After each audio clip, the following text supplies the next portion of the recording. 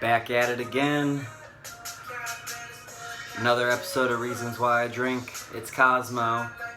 I'm kind of fucked up. It was a Saturday night out in Lakewood.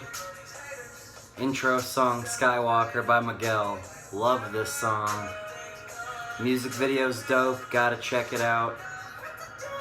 Shout out to my boy Zach for this song. Switch. Song's also got Travis Scott, so it's dope.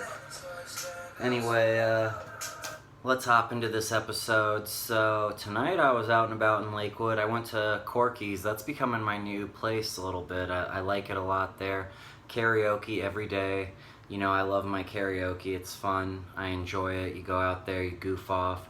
As long as you know the words to the song, you don't have to be the best singer. Just stay on beat. Keep up with the song. You're cool. But, I got some rules for karaoke. I mean, not really rules, but fuck anyone who sings Bohemian Rhapsody on karaoke because, like, yeah, we all like the song in our own way. It's classic, it's Queen, it's got a bunch of fun parts in it, it's good in your car. But fuck you on karaoke night. There's a bunch of people trying to go up there and sing and you pick a fucking 7-minute song. Like, no, not fucking cool. Don't do that shit. Not fucking cool. And then the other one I hate is I fucking hate the Love Shack. Like, dude, could you pick any more of a Swiss cheese, corny, cliche-ass fucking song? Like, fuck the Love Shack. I mean, I don't even like the song to begin with. But fuck it at karaoke night especially. Especially when it's some fucking cheesy, corny couple. You got a guy and a girl each trying to do the parts. And I'm like, dude, just shut the fuck up and get off stage. And so yeah, I do like karaoke. I like going to Corky's. It's a good place because like Friday, Saturday night, it's busy. It holds up to about maybe like 50 to 60 people and it's popping, but it's not like overwhelmingly popping where you can't get service at the bar and you're just like sardines in the bar and you can't move. Like it's just enough people where you're feeling good and there's a good crowd, but at the same time it's not fucking yam to the wall and you're just stuck in a corner, stuck at some spot the whole time. So I've been digging that place a lot. So that was basically all I did. I went there, had 5 health waters, $4 a pop, $5 with tips. So like, you know, spent my easy 25, had a good night out. Sang "Damn It" by Blink-182, got the crowd going. Everyone likes that song. I mean, it's a catchy, easy one to do. Now I'm home. I rode my bike to the bar, obviously, because like I'm too cheap to pay for an Uber, and walking, that is a fucking hike. I'll pass. I did have to go up the hill though, and that shit is a bitch. See where I live in Lakewood? I'm on the top by Madison, and I gotta go down the hill to get to Detroit, which is cool. So the ways to the bar, you're sober, you're feeling good, you're downhill, you're cruising. But on the way home when you're a little fucked up, you know, you're feeling buzzed, you're feeling good, you gotta go up that fucking hill, and it is a bitch. I gotta play like the Rocky montage in my head, and you know, just try to push through it. You stand up the whole way and just pedal. And by the time I get to my apartment, like, my buzz is kind of already gone because I just used so much manpower to get up the fucking hill. But, I love it. I love riding my bike to the bar. And like I said, people are always like, you could get a DUI on the bike, man. You better be careful. I'm like, man, you have to be such a jackass. Like, you have to be the worst fucking bike rider in the world to get a DUI on the bike. Like, you gotta be swerving around, acting like a fucking fool. So, that's gonna bring us to the end of that little topic. That was my night out in Lakewood tonight. Nothing too crazy. I worked at the Pepper all day as a double. I went out, treated myself. But this episode of Reasons Why I Drink, I really wanted to talk about my new thing since I've, you know, moved up to Lakewood and, you know, enjoy my apartment life. I go to a lot of Indians games. I've been to 6 this year. I love going to the stadium. I love going to watch baseball live. Now, I do not watch the Tribe on TV. That shit's just boring. Watching baseball on TV is like watching fucking paint dry. The World Series is the only thing that's tolerable to watch on TV that's baseball related. Otherwise, it's just fucking boring. It's just slow. You're just waiting and anticipating for some fucking home run or miracle, but most of the time you're just bored. You get like, if you watch a baseball game on TV, it's like a 3.5 hour investment. You maybe get like 5 minutes enjoyment, and the rest you're just sitting there like, bored out of your fucking mind.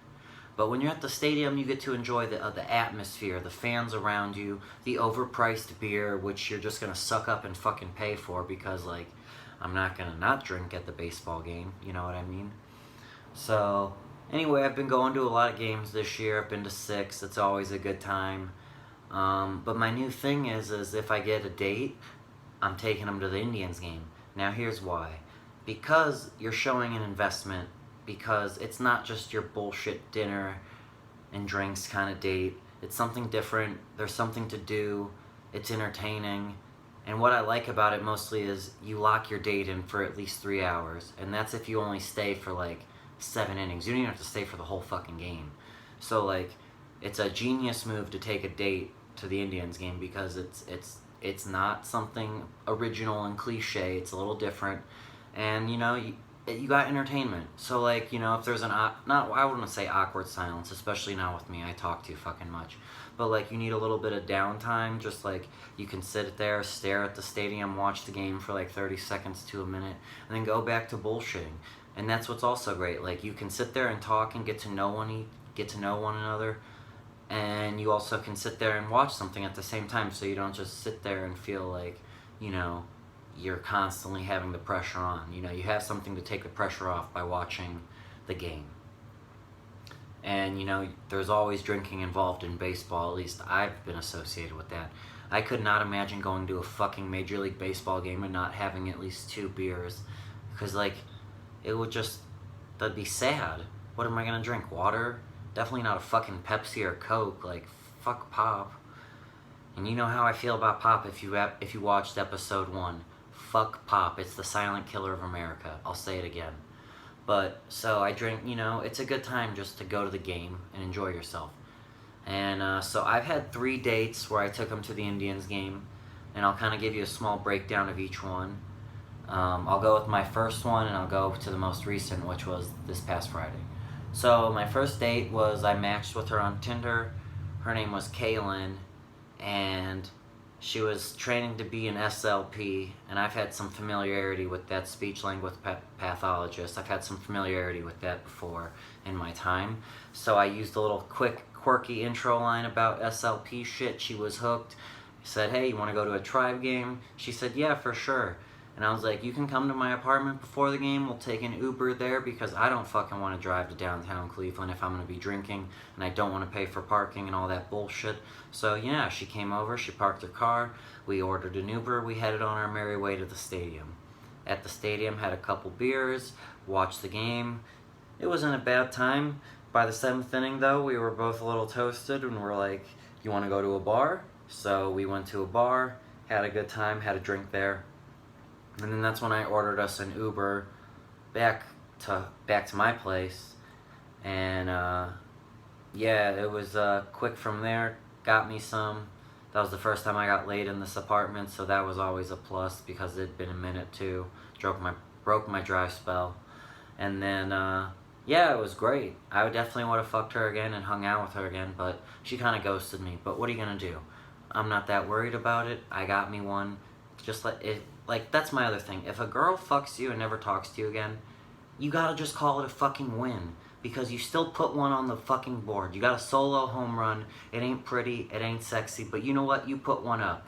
So, that's my philosophy about that.